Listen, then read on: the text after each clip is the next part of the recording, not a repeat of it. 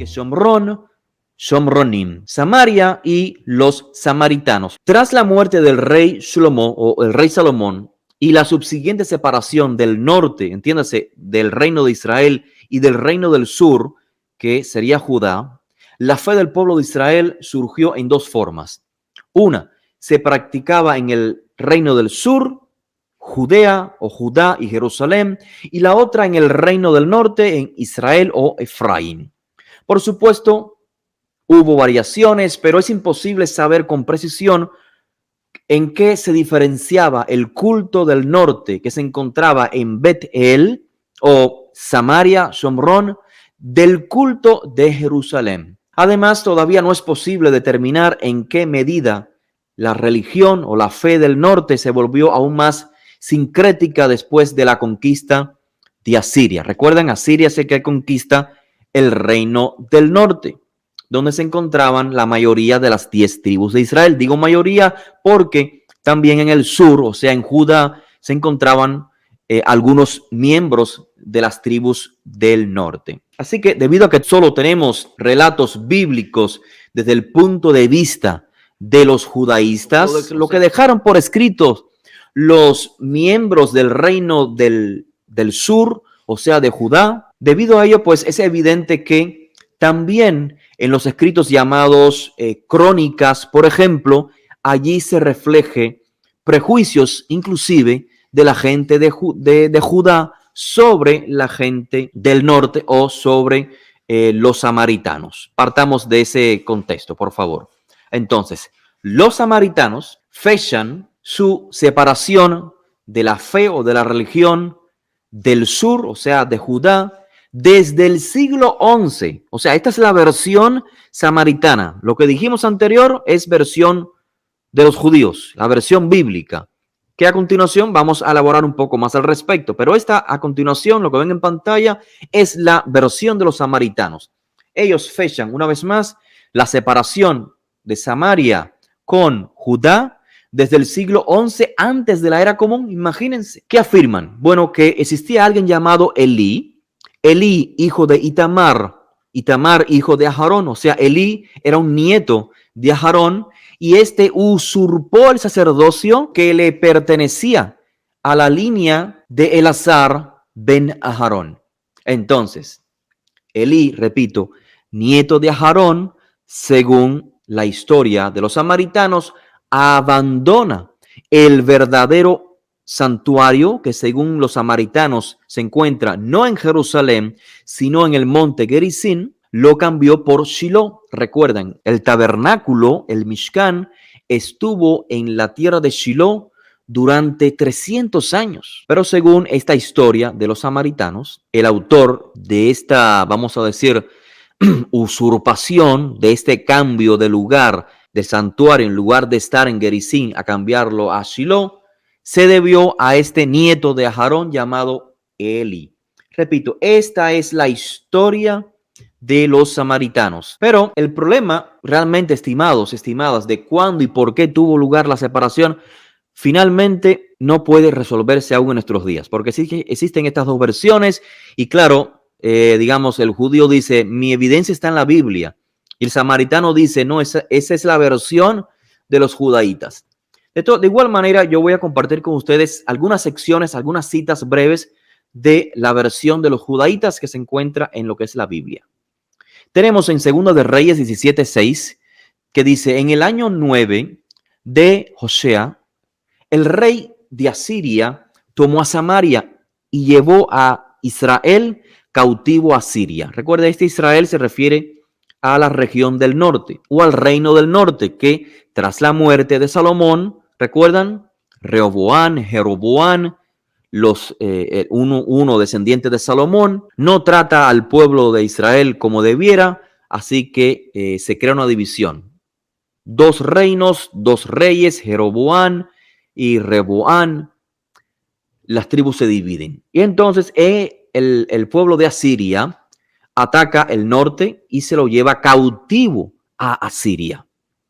Dice 2 de Reyes 17:24, el rey de Asiria trajo gente de Babilonia de Cuta, notemos este nombre de esta región, Cuta, de Ava, de Hamad, de Sefarbaim, y los puso en las ciudades de Samaria, en lugar de los hijos de Israel, y poseyeron a Samaria y habitaron en sus ciudades. El verso 25 dice, y aconteció al principio cuando comenzaron a habitar allí, que no temiendo ellos al Eterno, envió el Eterno contra ellos leones que los mataban. Nótese que los que llegaron, como no eran israelitas, no temían al Todopoderoso, al Dios de Israel. Entonces dijeron ellos al rey de Asiria, las gentes que tú traspasaste y pusiste en las ciudades de Samaria no saben la costumbre del Dios de aquella tierra, o sea, el Dios de Israel, y él les ha echado leones en ellos. Y he aquí los matan porque no saben la costumbre del Dios de esa tierra. Si leemos en 2 de Reyes 17, 29 al 41, no lo traigo no lo transcribo en pantalla para avanzar bastante en el tiempo. Ahí vemos que son condenados por el sincretismo religioso. Recuerden, estas personas que han llegado adoptan gradualmente el culto a Yod-Heh-Vav-Heh, pero crean realmente un sincretismo. Esto está claro en la cita que le acabo de mencionar. Luego, cuando los judíos regresan con Esdra y Nehemías, y junto a ellos regresan otra gran cantidad de las tribus del norte, dice el texto que estos que estaban en Samaria fueron despreciados por los judaítas. Les llamo judaítas para hacer la distinción y no nos confundamos con el término judío en términos religiosos. Entendamos judaítas, gente que vivía, o sea, israelitas étnicos que vivían en una región llamada Judá. Pues bien, cuando regresa Nehemías y Esdra, esta gente le pide, esto está narrado en el capítulo 4 del libro de Esdra, le piden a Esdra y a Nehemías que quieren ayudar a construir el templo en Jerusalén. ¿Por qué será? Esto según la literatura bíblica de autoría judaíta. Así que si los samaritanos en ese entonces desean construir el templo en Jerusalén, es porque aún no tenían la noción de que Gerizim era el lugar sagrado, según dijeron posteriormente. Tal parece, según lo que relata el texto bíblico, Nehemías y Esdras les dijeron, ustedes, como tienen un culto extraño, no es tal como nosotros, no les vamos a permitir que construyan o que nos ayuden a construir el templo en Jerusalén. Por lo tanto, parece que este es el principio, según la historia de los judaítas. Este es el origen de la separación, el distanciamiento entre los samaritanos, que evidentemente son una composición de no israelitas con israelitas, y esta separación, esta enemistad continuó por el resto de los años. Vamos a ver qué dice Josefo rápidamente sobre el origen de los samaritanos. ¿Quiénes son? Una vez más, Josefo también, obviamente, siendo judaísta o judaíta, se basa en la Biblia para proyectar su tesis sobre la identidad. Bien, lo primero que Josefo dice en su obra Antigüedades de los Judíos es que los samaritanos, como un grupo étnico, estaban separados de los judaítas. Ya dijimos, en términos étnicos, no solamente en términos culturales, sino étnicamente, ellos no eran judaítas. Ahí tienen las citas para quien quiera leer más en contexto. Al mismo tiempo, Josefo reconoce el reclamo que hicieron los samaritanos de ser descendientes israelitas. Ahora, el problema de Josefo respecto a los samaritanos fue su vacilante solidaridad comunal con los judaítas. Y esto lo vamos a ver de manera más clara a continuación. Dos historias o dos propuestas del origen de los samaritanos realizadas por Josefo. La primera es que los samaritanos son cuteos. Étnicamente no son israelitas, étnicamente son cuteos. Según Josefo, cuando las 10 tribus de los israelitas del norte fueron deportados por Asiria fueron reemplazados por otro pueblo. Esto ya lo leímos recuerdan, justamente antes en el libro de Reyes. El pueblo llamado Cutá. Josefo dice que este pueblo es el pueblo Cutaioi, obviamente un término griego empleado por Josefo, y que este es el nombre con que se les ha llamado hasta el día de hoy, o sea, hasta el día de Josefo, el primer siglo, porque fueron traídos de esa región llamada Cutá, que se encuentra en Persia. Josefo además explica que aquellos que son llamados Cutaioi en griego o Cutim en hebreo o Cuteos en español son los mismos llamados samaritanos. Ven la cita en pantalla. Esa es la primera proyección que hace Josefo, muy válida en un contexto histórico, por supuesto. Ahora, en la historia del origen cuteo de los samaritanos, Josefo no menciona las prácticas religiosas, sino su identificación con el oportunismo de esta etnia. Al final del relato acerca de los cuteos, los samaritanos, Josefo afirma que su crítica central es que los samaritanos alteran siempre su actitud según las circunstancias, o sea, se adaptan basados en las circunstancias. Cuando los judaítas prosperan, los samaritanos entonces llaman a los judíos sus parientes y recuerdan que son los samaritanos descendientes de Yosef, de la tribu de Yosef, según los samaritanos, descendientes de Efraín y Menashe, los hijos de Yosef. Sin embargo, cuando los judíos o los judaítas se encuentran en problemas, los samaritanos dicen que no tienen nada en común con los judaítas, con la gente de Judá. Y ellos, o sea, los samaritanos, se declaran extranjeros, gente de otra raza que no tiene nada que ver con los judaítas. Estimados, estimadas, en esta historia de origen, los samaritanos eran, según Josefo, en realidad étnicamente cuteos, los Kutim en la literatura rabínica, provenientes de Persia. Y se habían convertido gradualmente en samaritanos israelitas debido a la zona geográfica donde vivieron, o sea, se trasladaron al Shomrón, a Samaria. Entonces, sí adoptaron un culto a el Dios de Israel. O sea, sí lo adoptaron, sí se asimilaron, pero lo que era problemático para Josefo en esencia no era la manera en que ellos hacían el culto, si lo hacían de manera errada o no, si mezclaban creencias en otros dioses con el Dios de Israel o no. Ese no es el enfoque de Josefo, sino que el enfoque es su identidad dual, que podía entonces hacer provecho maliciosamente. En cierto momento podían llamarse extranjeros y en cierto momento podían llamarse israelitas. Ese es el enfoque. Si nos basamos en el texto bíblico, lean las citas de Reyes anteriormente si gustan, porque allí claramente el texto bíblico dice que esa gente que vino adoraban al Dios de Israel y adoraban a deidades paganas. O sea, tenían ese sincretismo. Así que les animo a que hagan lectura de esos textos. Ahora veamos la segunda propuesta que hace Josefo. Los samaritanos, Josefo los presenta como judaítas renegados. O sea, étnicamente son judíos, pero reniegan de su verdadera identidad. Entonces, como ven en pantalla, la segunda historia de origen comienza con Josefo repitiendo la crítica que hizo anteriormente sobre el carácter oportunista de los samaritanos, como ya hemos mostrado anteriormente. Según Josefo,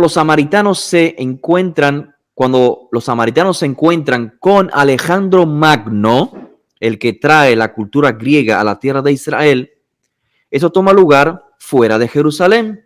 Debido a que Alejandro Magno había honrado tan notablemente a los judíos, los samaritanos decidieron profesarse como judaítas. Esa es la crítica básica que hace Josefo. Sin embargo, Josefo comenta que cuando los tiempos son buenos para los judíos, los samaritanos de repente se dan cuenta de la conexión con los judaítas, diciendo que están relacionados con ellos y entonces rastrean su línea ancestral hasta Efraín y Menashe, los descendientes de José. Y aquí tienen las citas por si gustan leer más en contexto. Sin embargo, los samaritanos finalmente, dice Josefo, no se declararon judíos o judaítas cuando conocieron realmente los intentos o el objetivo de Alejandro Magno. Y entonces dice Josefo que cambiaron y ya no se identificaron como judíos o judaítas, sino que dijeron, nosotros somos hebreos. Y de esta manera entonces los samaritanos negaron su identificación con los judaítas del sur. Los samaritanos entonces se identificaron con aquellos hebreos, digamos, de la antigüedad que vivieron en el norte. Por eso es que se identificaban con el monte Gerizim, claro, la ciudad cercana, Shechem, ¿recuerdan? ¿Quién está sepultado en Shechem según el texto bíblico en el libro de Josué? José. Así que es muy probable que inclusive ni siquiera literalmente sean étnicamente descendientes de José, sino que como vivían en la región de Shechem, donde estaba sepultado José, hicieron uso de esa identidad. Lo cierto es que si no fueron honestos los samaritanos cada vez que interactuaban con los judíos o los enemigos de los judíos. Entonces, de manera un poco concluyente, yo creo que lo razonable sería compartir con ustedes algunas sugerencias de mi parte, o sea, que son viables para no caer, digamos, en exageraciones. Por un lado, dado que los samaritanos usaron algunas obras históricas, o sea, algunos escritos que pertenecían al sur, o sea, a Judá, a los judaítas, a los judíos, es evidente entonces que no pudieron haberse comprometido en una separación irrevocable antes del año 400. Es decir, la separación de samaritanos y los judaítas tiene que haber sido después del año 400. Por otro lado, no incluyeron la halajá protorrabínica que hemos estado mencionando, que es un poco flexible en lo que son sus observancias, la cual data del siglo II antes de la era común. Y el hecho de que no la incluyan pareciera entonces que no estaban unidos a los judaítas para aquel entonces. De hecho, tenemos la evidencia en el primer siglo de el desprecio de los judaítas para con los samaritanos en el llamado Nuevo Testamento. Así que deben haberse separado antes de haber tenido la oportunidad de absorber estos elementos protorrabínicos como la halajá rabínica, como dije. Y si tomamos todo esto en consideración, creo que es justo suponer se separa de lo que es el judaísmo en algún momento antes de, vamos a decir, o antes no, entre el año 400 y el primer siglo, para ser bastante conservador. Ahora bien, que esta separación precedió al primer siglo está, repito, muy claro en lo que es el Nuevo Testamento y en las obras de Josefo. Así que vamos a decir que durante la era Hashmonea, que vio el surgimiento de los esenios, de los fariseos, de los saduceos, de los pietistas del Qumran y de otra gran cantidad de grupos, los samaritanos lo que hicieron fue alienarse aún más. Entonces, el escenario debe haber sido un poco como este que voy a transmitirles. Tenemos la muerte de Salomón en el año 922, antes de la era común. Luego, los reinos del norte y del sur siguieron su propio camino, cada uno de ellos. Pero después de la conquista del norte en el 721, Asiria, como leímos, trasladó a los colonos paganos a la tierra que había dejado los refugiados y deportados israelitas. Sin embargo, muchos israelitas y esta es la parte que yo sugeriría que tomara en consideración, sobre todo, que muchos israelitas restantes permanecieron leales al Dios de Israel, aunque adoraban en el monte Gerizim por la determinación de los líderes religiosos de las tribus del norte. Estos israelitas del norte, que podemos identificarlos como israelitas samaritanos, fueron finalmente llamados los guardianes. En hebreo, Shomronim. ¿Por qué razón? Porque es muy probable que, bueno, en su raíz etimológica de Shomer, que significa guardar, puede ser que lo que estaban, su identidad era porque guardaban la fe original de Israel. Es muy probable que sea la raíz etimológica apuntando a un significado teológico.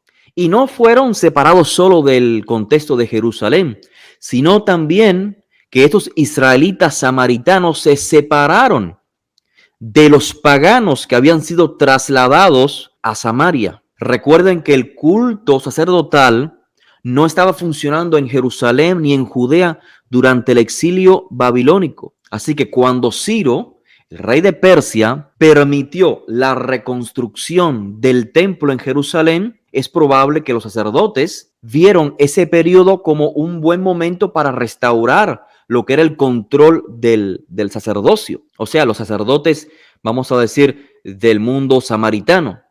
O sea, reconocieron que ese momento era necesario renovar una relación con la facción dominante, que eran los judaítas que estaban regresando a Jerusalén. Pero como Nehemías y Esdras los rechazan, entonces se afianzan en sus propios, digamos, halajot, sus propios su propio culto y demás, y entonces crean pues esa definición ya de, digamos, de los samaritanos, que se identifican como etnia israelita, pero separados de los judaítas, más bien por esa disputa que existió, donde no se les permitió realizar el servicio en Jerusalén. Por otra parte, otro evento histórico que creó el distanciamiento más radical fue cuando los hasmoneos, los macabeos, cuando dijeron los hasmoneos que ellos eran descendientes nada más y nada menos que de Pinjas. ¿Quién es Pinjas? En español es Feneas. No recuerdo su nombre exactamente en español, creo que es Feneas. O sea, Pinjas es el nieto de Aarón por la línea de Elazar. Está Aarón, el sumo sacerdote, luego Elazar y luego su hijo Pinjas. Pues los hasmoneos dijeron, nosotros somos descendientes de Pinjas. Entonces, el gobernante hasmoneo llamado Yohanan Hircanos, o sea, el descendiente de Matatías, del sumo sacerdote hasmoneo Matatías, decidió acabar con el desafío de su legitimidad como sacerdote descendiente de Pinjas, en contraparte a los samaritanos que decían que ellos eran los sacerdotes genuinos, verdaderos. Entonces, lo que hace el gobernante Yohanan Hircanos, hasmoneo, es destruir el centro de adoración samaritano, y eso toma lugar en el 128 aproximadamente, si mal no recuerdo, y esto evidentemente, estamos hablando de un siglo y un poco más antes de la era común. Así que esto hace que la línea divisora entre los judíos o los judaítas y los samaritanos se marcara mucho más. Vamos a finalizar con estos datos curiosos. Ustedes saben que en la literatura rabínica a los samaritanos se les llama Kutim, el término dicho anteriormente, de la región Judá. Entonces, aquel que no lo sepa, es algo muy curioso. Existe un tratado talmúdico llamado Kutim, donde se discute en términos halágicos cómo ha de ser la interacción con estos Kutim. Aunque en la literatura talmúdica se trae siempre información muy antigua, o sea, se confía mucho en la transmisión oral, la realidad es que este tratado llamado el Tratado de los Samaritanos, en hebreo, el Masejet Kutim, es del año 750 de la era común, claro. Así que el hecho que es muy tardío, su composición, ha hecho que muchos académicos pongan en duda qué tanta validez histórica respecto a los Kutim o a los samaritanos se le pueda dar a este tratado. Pero como quiera que sea el caso, me gustaría compartir con ustedes algunos datos curiosos al respecto. Por ejemplo, en la literatura rabínica, realmente como el judío rabínico percibe a los samaritanos no es como alguien totalmente alejado, digamos como un gentil. Hay veces que sí, le llaman gentil, pero casi nunca. O sea, al menos teológicamente lo consideran israelitas. Teológicamente. Y como les decía, aunque algunas fuentes rabínicas identifican muy pocas, identifican a los samaritanos como paganos, realmente en sus prácticas también son descritos como Israel, como los judíos. Eso se encuentra ya en la primera sección del Tratado Talmúdico Kutim. Kutim 1. Ahí pueden ver que la mayoría de los Kutim son considerados por el judaísmo rabínico, al menos el autor o la concepción judía rabínica cuando se escribió el Tratado Talmúdico en cuestión, eran identificados la mayoría de los samaritanos como Israel. Sin embargo, rabinos posteriores prohibieron definitivamente el matrimonio con los samaritanos. Esto lo encontramos, por ejemplo, en el tratado talmúdico Kiddushim. Hay además mucha ambivalencia en lo que es la literatura rabínica con respecto a los samaritanos debido a que su desarrollo durante un largo periodo de tiempo y bajo diferentes presiones históricas influenció en la manera de que ambos grupos interactuaron entre sí. A veces se califica al samaritano como un Am Haaretz. ¿Recuerdan? Hablamos de los Amei Haaretz, que eran judíos, pero que no eran, digamos, piadosos. El judío que, digamos, que no usa tzitzit todos los días. El judío que en lugar de hacer la bendición, la birkate hamazon, la bendición por el sustento, tras ingerir alimento, no lo hace como tradicionalmente se hacía, sino que hace su propia bendición. Y así, no es, repito, no es el judío tradicionalista, es el judío sencillo, simple.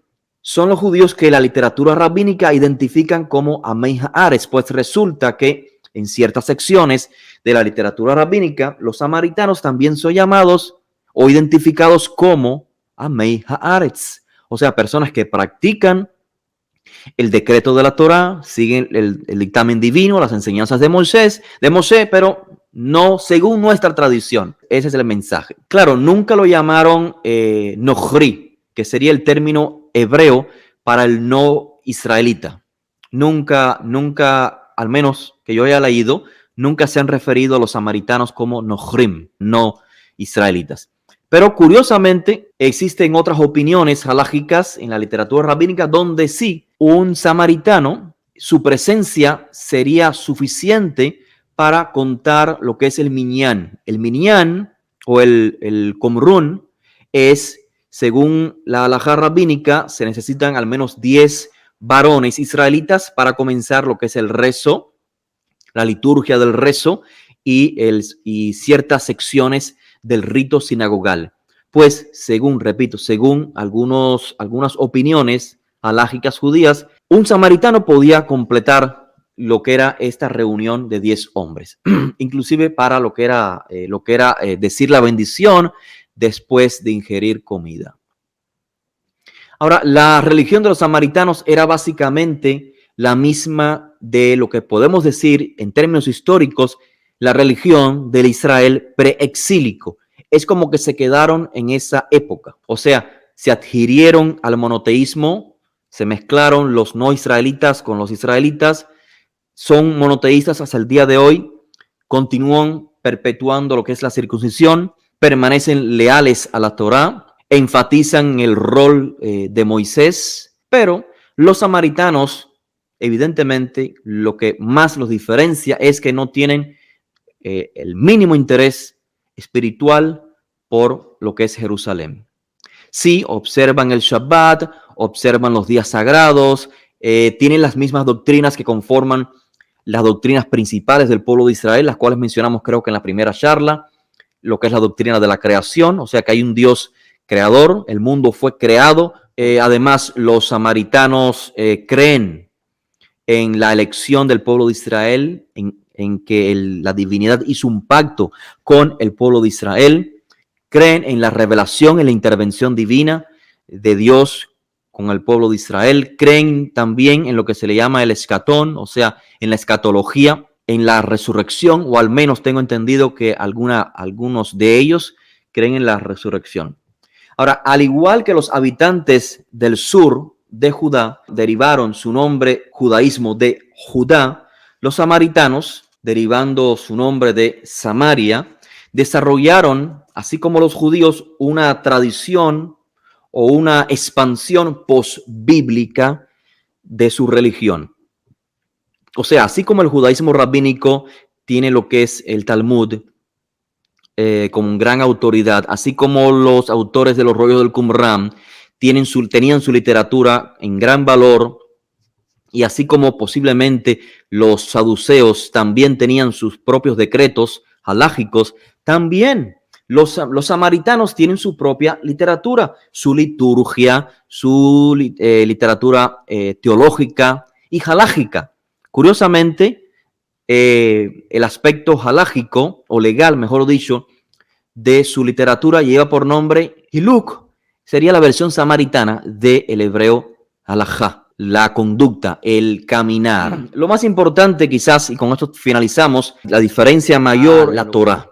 La Torá del pueblo samaritano es un tanto diferente a la Torá de los masoretas. La Torá que hoy tenemos en la sinagoga se le llama el texto masoreta. La Torá que tienen los samaritanos no concuerda con el texto masoreta, tampoco concuerda con la tradición griega del texto de la Torá. Ustedes saben, el decálogo, los 10 mandamientos, ¿cierto? Los primeros 9 mandamientos en lo que nosotros llamamos los 10 mandamientos, para los samaritanos son los primeros 8 mandamientos. El mandamiento de no codiciar es el mandamiento 9º de los samaritanos. Y el 10º de los samaritanos es justamente la orden de establecer el monte Gerizim como el lugar donde el nombre de Hashem iba a estar. O sea, entiéndase, el templo.